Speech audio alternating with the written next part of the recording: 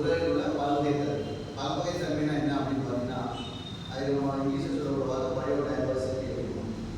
அப்போ பல்வகைத்தன்மை என்னன்னா, ஒரு உயிரின கூட்டம், அதாவது ஒரே சித்திரமாக இருக்க வேண்டும். அந்த சித்திர கூட்டங்கள் ஒரு இடத்துல வாழ்ந்து அதை சுற்றுப்புற உள்ள சுற்றுச்சூழல்கள் ரெண்டும் இணைந்தால் தான் அது வந்து பல்வகைத்தன்மை என்று அழைக்கப்படுகிறது. உயிரின் பல்வகைத்தன்மை என்பது ஒரு சித்திரம் ஒரு இடத்துல இருக்குது, அது சுற்றி இருக்கக்கூடிய சுற்றுப்புற சூழ்நிலைகளையும் இணைத்தது தான் உயிரின பல்வகைத்தன்மை என்று அழைக்கப்படுகிறது.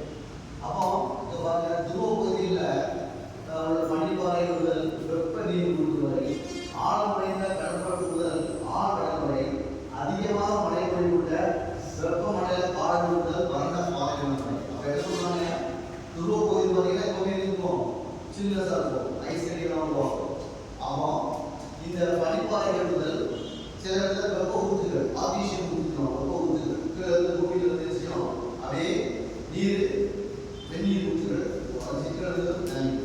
அப்போ அந்த எல்லாமே இது ஒரு பல்வகைத்தன்மையாக சொல்லப்படுகிறது. அதுக்கப்புறம் பார்க்கும்போது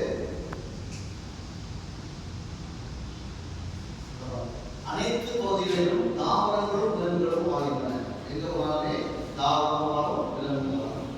இப்போ பார்த்தீங்கன்னா நமக்கு சூழ்நிலை மண்டலம்னா என்ன, ஈகோசிஸ்டம்னா என்னன்னு பார்க்குறோம். அதாவது உயிர் காரணிகள் இதெல்லாம் உயிரோடு இருக்கு, தாவரம் உயிரோடு இருக்கு. ரெண்டும் இருக்கு. அடுத்து பார்த்தீங்கன்னா உயிரற்ற காரணிகள் இதெல்லாம் இருக்கு, தட்பவெப்பநிலை, மண் இருக்கு, நீர் இருக்கு, அப்புறம் இந்த ரெண்டுக்கும் இடையே உள்ள தொடர்பை குறிக்கக்கூடியதுதான் என்னது, சூழ்நிலை மண்டலம், ஈகோசிஸ்டம்.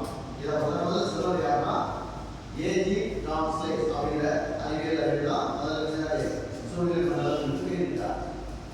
ஈகோசிஸ்டம்